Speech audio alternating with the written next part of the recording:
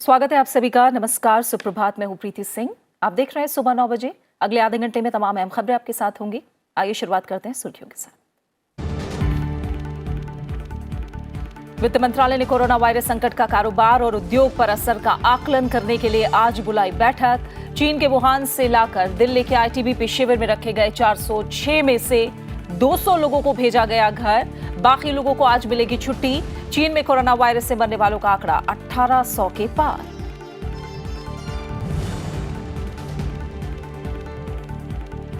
Britain France को पीछे छोड़ दुनिया की 5वीं सबसे बड़ी अर्थव्यवस्था बना भारत। अमेरिकी शोध संस्थान वर्ल्ड पॉपुलेशन रिव्यू की रिपोर्ट।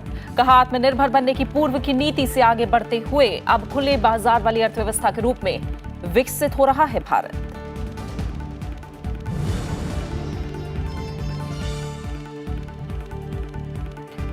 अवैध गतिविधियों और समर्थकों से आतंकी समूहों को अभी भी मिल रही है वित्तीय मदद। पेरिस में जारी बैठक के बीच एफएटीएफ का बयान।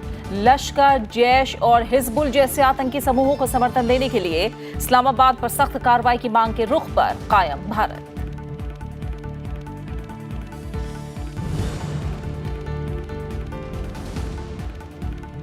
सीडीएस जनरल बिपिन रावत ने बड़े सैन्य सुधारों के एजेंडे का किया ऐलान। नई नीति से रक्षा सौदा करेगा भारत।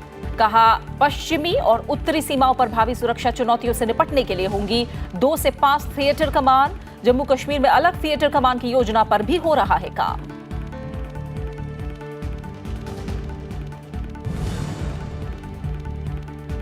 और अहमदाबाद के मोटेरा स्टेडियम में नमस्ते ट्रंप से होगा अमेरिकी राष्ट्रपति का स्वागत। गुजरात के मुख्यमंत्री ने तैयारियों का लिया जायजा। कार्यक्रम में 1 लाख से ज्यादा लोगों के शामिल होने की जताई उम्मीद। आगरा में भी राष्ट्रपति ट्रंप के स्वागत के इंतजाम।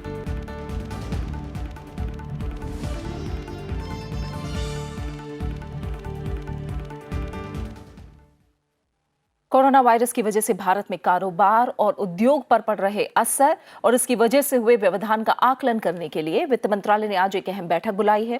केंद्रीय वित्त मंत्री निर्मला सीतारमण बैठक में संबंधित पक्षों के साथ आयात निर्यात पर पड़े असर की समीक्षा करेंगी। साथ ही कारोबारी गतिविधियों को तेज करने के लिए विचार विमर्श भी किया जाएगा। बैठक में वित्त मंत्रालय के सचिव भी भाग लेंगे। मंत्रालय के मुताबिक जिन प्रतिनिधियों को बैठक के लिए आमंत्रित किया गया है, अगर वो चर्चा में शामिल होने में असमर्थ हों तो वो अपने सुझाव वित्त मंत्रालय को भेज सकते हैं। भारत चीन के प्रमुख व्यापार भागीदारों में से एक है और चीन की अर्थव्यवस्था पर भी कोरोना वायरस की वजह से खासा बुरा असर पड़ रहा है। कोरोना वायरस की वजह से कारोबारी गतिविधियों पर क्या असर पड़ रहा है और क्या हो सकता है, इसे लेकर सुनते हैं जानकारों की राय। Our pharmaceutical industry depends almost completely on getting the active ingredients, importing active ingredients from China. So if there is a disruption of supplies from there, it will hit a very big chunk of Indian manufacturing, which is the pharmaceutical industry, hard. China is, as was just mentioned, one of the leading suppliers of auto components, and it's going to affect the auto industry worldwide. As you mentioned, Hyundai has closed down a unit in South Korea. The Germans are badly affected. The US also imports a lot of auto components from China. If coronavirus has a disruptive impact on global growth, the demand for crude oil will also be impacted. और इस बीच चीन में corona virus से मरने वालों का आंकड़ा 1800 को पार कर गया है। वहीं चीन के वुहान से भारत लौटे सभी 658 लोगों की अंतिम जांच में कोरोना वायरस से संक्रमित न होने पर इन्हें छुट्टी दी जा रही है। इन सभी लोगों को आईटीबीपी और भारतीय सेना की देखरेख में अलग अलग केंद्रों में रखा गया था। चीन के वुहान से लाए गए और दिल्ली में आईटीबीपी शिविर में रखे गए 406 में से 200 लोगों को घर भेजा जा चुका है। इनमें मालदीव के 7 नागरिक भी शामिल हैं। बाकी लोगों को आज शाम तक छुट्टी दिए जाने की संभावना है। इस बीच केंद्रीय स्वास्थ्य मंत्री डॉक्टर हर्षवर्धन ने सभी लोगों से मुलाकात की। उन्होंने कहा कि अगले कुछ दिनों में वुहान से भारतीयों का दूसरा दल आएगा, जिन्हें आईटीबीपी के सेंटर में रखा जाएगा। एक्स्ट्राऑर्डिनरी प्रिकॉशंस ले रहे हैं। हिस्ट्री के अंदर ज़रा भी हमको लगता है कि ये किसी को कोई भी हिस्ट्री में ऐसा बात लगती है कि भाई इसको थोड़ा हमें नज़र रखना चाहिए, तो हम उसके ऊपर नज़र रख रहे हैं। जिस पे थोड़ा भी डाउट है उसका टेस्ट भी कर रहे हैं। और जैसा मैंने बताया 2500 से ज़्यादा सैंपल्स को टेस्ट किया गया है और उसमें सिर्फ 3 ही आज तक पॉजिटिव निकले हैं। तो ये अपने आप में सबके लिए संतोष की बात है। और प्रिकॉशंस इस स्तर तक ले रहे हैं कि 18,000 लोग जो भारत के अंदर विभिन्न स्थानों पर हैं, उनको भी सबको हम जो है ऑब्जर्वेशन में रखे हैं, उनके ऊपर नज़र रखे हुए हैं। वहीं चीन के पहलवान भारत में आज से शुरू हो रही एशियाई कुश्ती चैंपियनशिप में हिस्सा नहीं लेंगे। भारतीय कुश्ती महासंघ के सहायक सचिव विनोद तोमर ने कहा कि सरकार ने चीन के 40 सदस्य दल को वीजा देने से इनकार कर दिया है।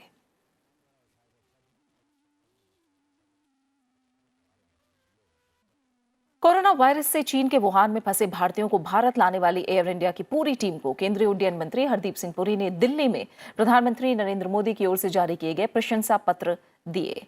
एयर इंडिया ने 31 जनवरी और 1 फरवरी को उड़ानें भरी थी। इन 2 विमानों से कुल 658 लोगों को वुहान से दिल्ली लाया गया था। एयर इंडिया के वरिष्ठ पायलट और operation director captain Amitabh Singh को इस पूरे अभियान का जिम्मा सौंपा गया था। केंद्रीय स्वास्थ्य मंत्री डॉक्टर हर्षवर्धन ने वुहान निकासी दल का हिस्सा रहे 10 डॉक्टरों और नर्सिंग अधिकारियों को प्रशंसा पत्र सौंपे।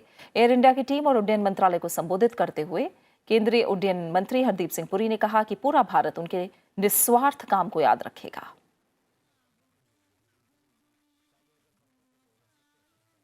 Today, we know what the financial figures are. We know what the debt servicing burden is going to be. That is unlikely to change, but what we can make sure is that we take it to the next stage in as secure, in as predictable, and in as professionally competent and convenient a manner for all of you. Bharat दुनिया की 5वीं सबसे बड़ी अर्थव्यवस्था वाला देश बन गया है। 2019 में ब्रिटेन और फ्रांस को पीछे छोड़ दिया है। अमेरिका का शोध संस्थान वर्ल्ड पॉपुलेशन रिव्यू ने अपनी रिपोर्ट में कहा है कि आत्मनिर्भर बनने की पूर्व की नीति से भारत अब आगे बढ़ते हुए खुली बाजार वाली अर्थव्यवस्था के रूप में विकसित हो रहा है। रिपोर्ट के मुताबिक सकल घरेलू उत्पाद यानी जीडीपी के मामले में भारत 2,940 अरब डॉलर के साथ दुनिया की 5वीं सबसे बड़ी अर्थव्यवस्था वाला देश बन गया है। इस मामले में उसने 2019 में ब्रिटेन और फ्रांस को पीछे छोड़ दिया है।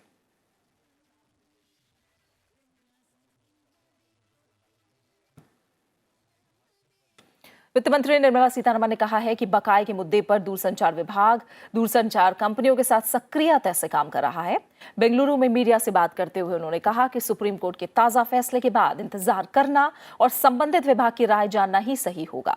सोमवार को एयरटेल ने 10,000 करोड़ रुपए जमा कर दिए, वहीं वोडाफोन ने 2,500 करोड़ जमा किए, जबकि शुक्रवार को 1,000 करोड़ रुपए देने की बात कही।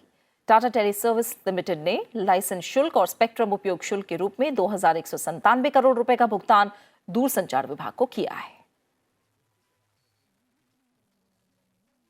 And in the light of court's orders, the department has been actively engaging with the telecom companies immediately after the order and subsequently also after the review and the recent judgment about which you are referring. So the department is fully in touch with the companies, and I'll wait to hear from the department or on behalf of the government from the department so that we'll know what is the position which the department wants to take on the matter. So post the court's latest verdict on it, it will only be proper for us to wait and hear from the department concerned. CDS general Bipin Rawat ने कहा है कि वायुसेना के लिए 114 लड़ाकू विमानों सहित बड़े सैन्य साजो सामान की खरीद की एक नई नीति अपनाई जाएगी और घरेलू रक्षा उद्योग को प्रोत्साहित किया जाएगा।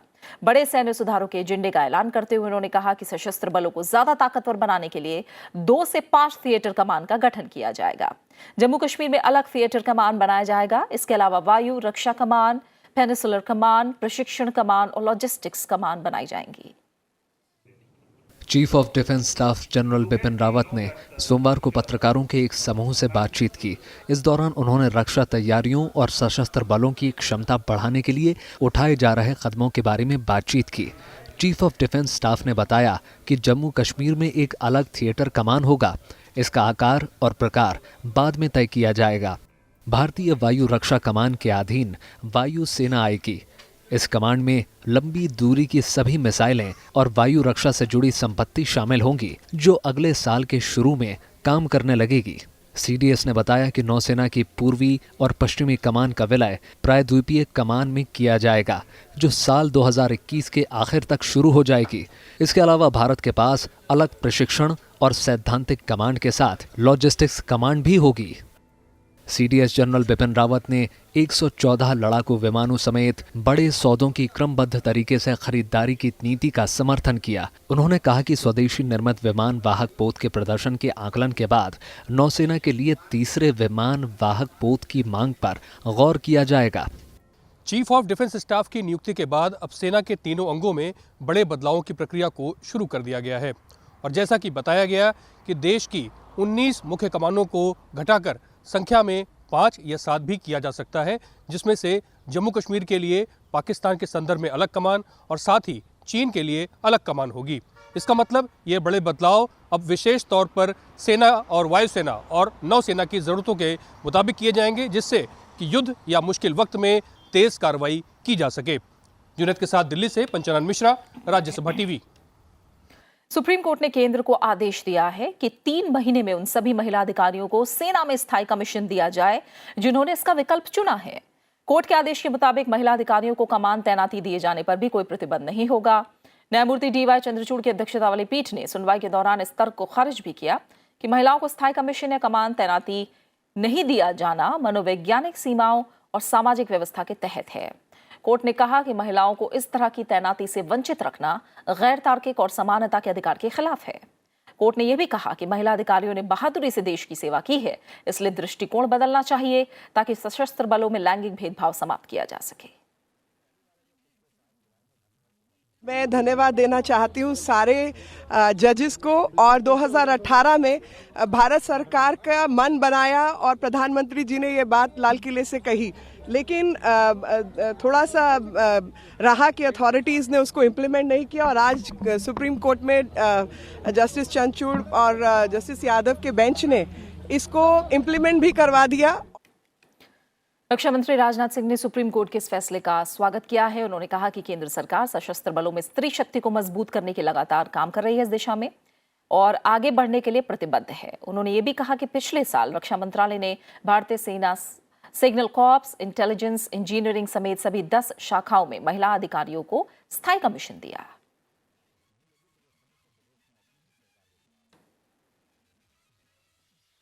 निर्भया सामूहिक दुष्कर्म और हत्या मामले में चारों दोषियों को 3 मार्च की सुबह 6 बजे फांसी देने के लिए नया फरमान जारी किया गया है। निर्भया के माता पिता और दिल्ली सरकार के इस आशय के आवेदन पर सुनवाई करते हुए पटियाला हाउस कोर्ट ने यह फरमान जारी किया है। इससे पहले सुप्रीम कोर्ट ने दोषियों की फांसी की सजा पर अमल करने के लिए अधिकारियों को सत्र न्यायालय से संपर्क करने की छूट दी थी। चारों दोषियों को पहले 22 जनवरी को फांसी पर लटकाया जाना था, लेकिन पिछले महीने 17 तारीख को अदालत के आदेश पर इसे 1 फरवरी तक के लिए टाल दिया गया। बाद में 31 जनवरी को सत्र न्यायालय ने मौत की सजा के अमल पर अगले आदेश तक के लिए रोक लगा दी थी।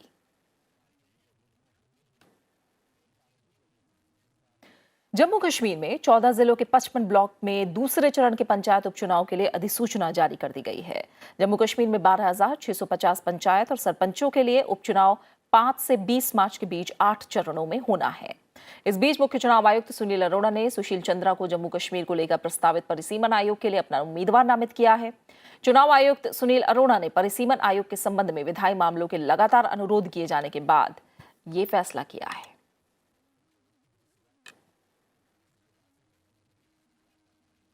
उपराष्ट्रपति वेंकैया नायडू ने कल जमशेदपुर के शताब्दी समारोह को संबोधित किया। इस मौके पर उन्होंने कहा कि भारत जैसी विकासशील अर्थव्यवस्था में विकास के लिए सबसे अच्छे मॉडलों में से एक सार्वजनिक निजी भागीदारी है। उन्होंने उद्योग जगत से चुनौतियों का सामना करने के लिए नई सोच के साथ आगे बढ़ने का आह्वान किया। उपराष्ट्रपति एम वेंकैया नायडू ने सोमवार को जमशेदपुर में शहर के शताब्दी वर्ष समारोह को संबोधित किया।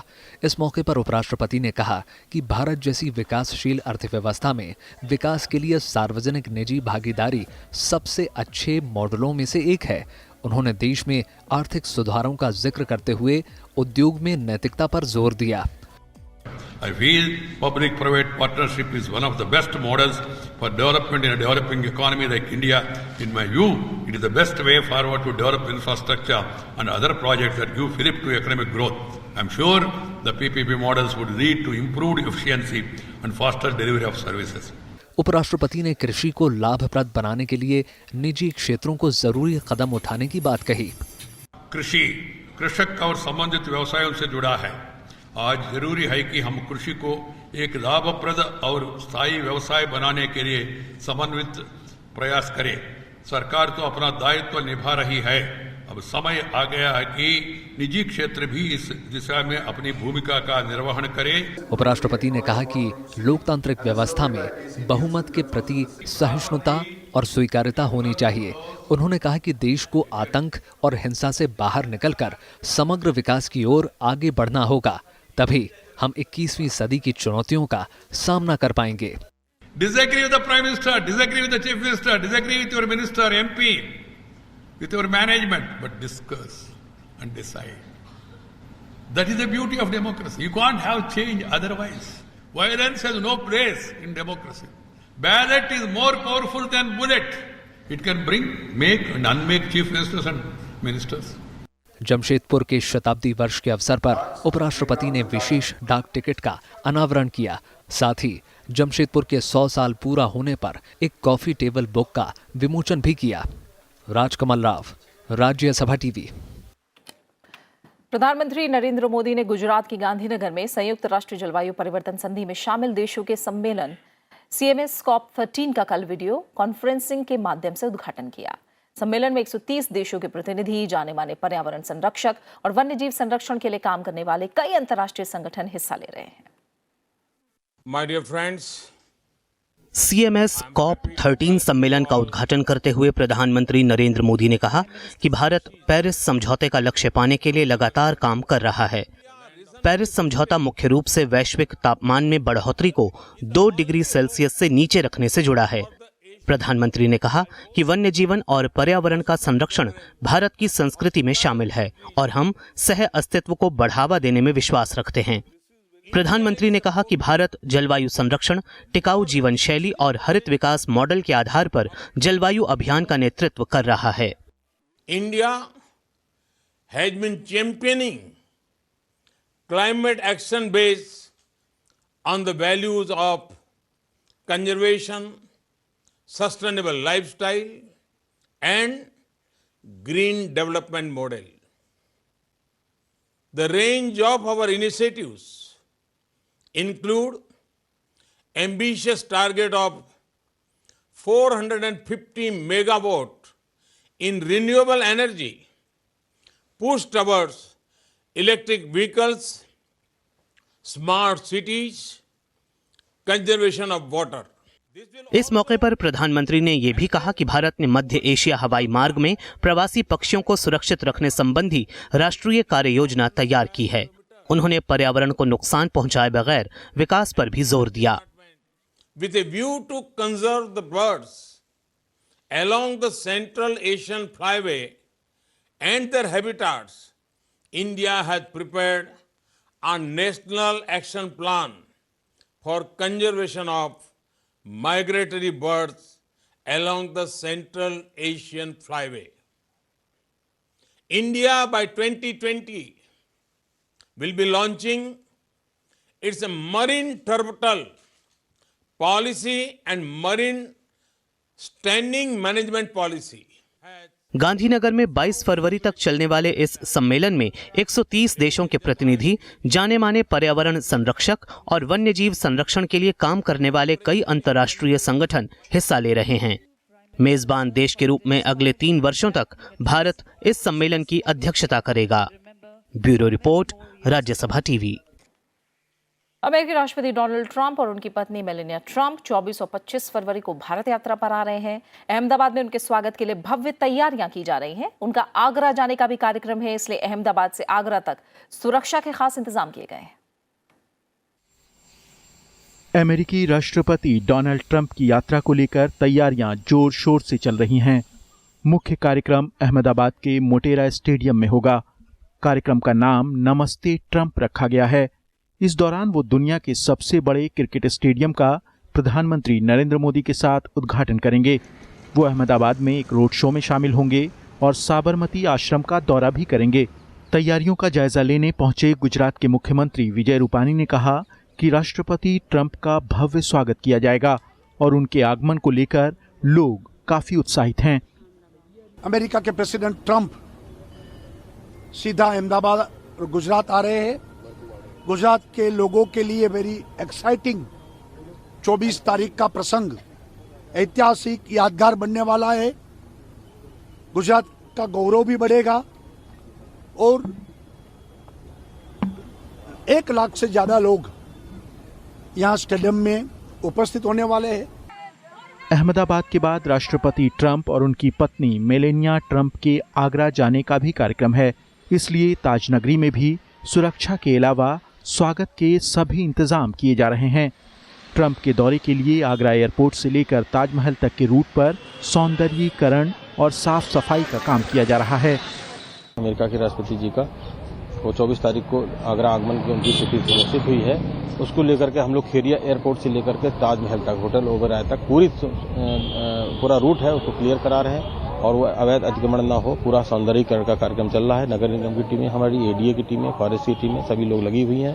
साथ ही उनके स्वागत के लिए दोनों तरफ बच्चे भी रहेंगे, जिसमें अमेरिका और भारत का झंडा भी रहेगा उनके हाथ में। उनके उत्साह में कोई कमी न रहे और विभिन्न बड़े चौराहों पर सांस्कृतिक कार्यक्रम कल्चरल विभाग द्वारा संपादित किए जाएंगे, ताकि हर चीज हमारे भारत की जो संस्कृति है उसकी झलक भी पेश हो। तैयारियों का जायजा लेने मुख्यमंत्री योगी आदित्यनाथ आज खुद आगरा आ रहे हैं। इस बीच अमेरिकी वायुसेना का मालवाहक विमान कल अहमदाबाद पहुंचा। इससे पहले रविवार को अमेरिकी राष्ट्रपति के विशेष सुरक्षा दस्ते को लेकर भी अमेरिकी वायुसेना का विमान अहमदाबाद पहुंच चुका है। अमेरिका के राष्ट्रपति डोनाल्ड ट्रंप 24 और 25 फरवरी को भारत दौरे पर होंगे। Bureau report, Rajya Sabha TV. विदेश मंत्री एस जयशंकर द्विपक्षीय मुद्दों पर यूरोपीय संघ के नेताओं से वार्ता करने और अगले महीने होने वाले भारत यूरोपीय संघ शिखर सम्मेलन के लिए प्रधानमंत्री नरेंद्र मोदी के प्रस्तावित दौरे की तैयारियों को अंतिम रूप देने के लिए कल बेल्जियम पहुंचे। म्यूनिख सुरक्षा सम्मेलन के लिए सप्ताह के अंत में जर्मनी पहुंचे एस जयशंकर ब्रसेल्स गए और बेल्जियम के अपने समकक्ष फिलिप गोफिन से उन्होंने मुलाकात की। एस जयशंकर ने संबंधों में नई ऊर्जा डालने और कारोबार को बढ़ावा देने के लिए ब्रसेल्स में यूरोपीय संघ के विदेश मंत्रियों से मुलाकात की। गोफिन से मुलाकात करने से पहले जयशंकर एंटवर्प में जैन मंदिर गए और वहां प्रार्थना की।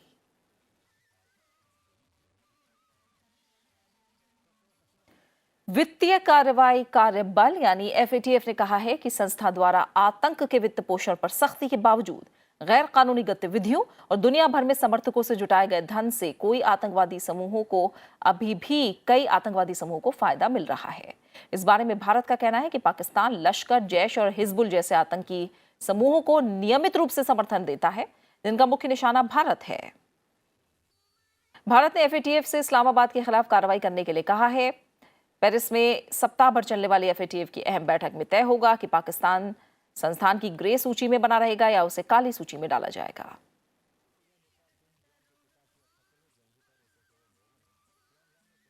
और अब बात पर्यावरण और जलवायु परिवर्तन से जुड़ी खास पेशकश की।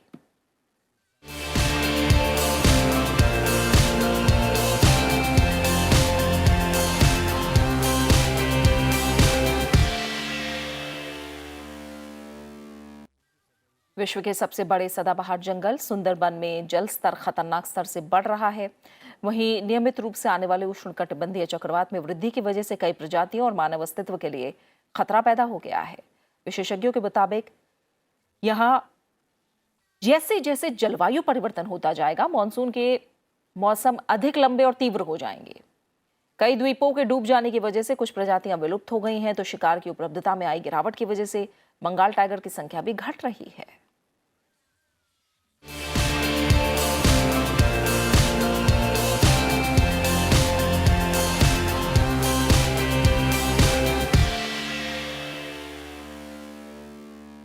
आगरा में संस्कृति के रंग ताज के संग थीम पर आज से ताज महोत्सव का आगाज होगा। ये 27 फरवरी तक चलेगा। शिल्पग्राम, सदर बाजार और सूर सदन में सांस्कृतिक कार्यक्रम होंगे। उद्घाटन में सबसे पहले सिया राम की धुन बजेगी।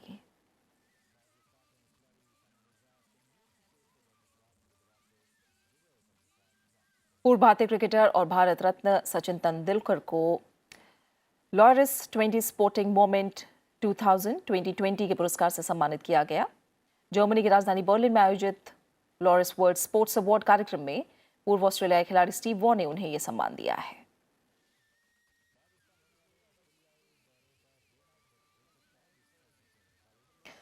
वहीं एशियाई कुश्ती चैंपियनशिप का आज से आगाज हो रहा है। 6 दिनों तक चलने वाला ये टूर्नामेंट नई दिल्ली के केडी जाधव स्टेडियम में खेला जाएगा। इस टूर्नामेंट में 30 सदस्य भारतीय दल की अगुवाई बजरंग पुनिया और विनेश फोगाट करेंगे। इस चैंपियनशिप को यूनाइटेड वर्ल्ड रेसलिंग ने टोक्यो ओलंपिक के लिए रैंकिंग टूर्नामेंट का दर्जा दिया है।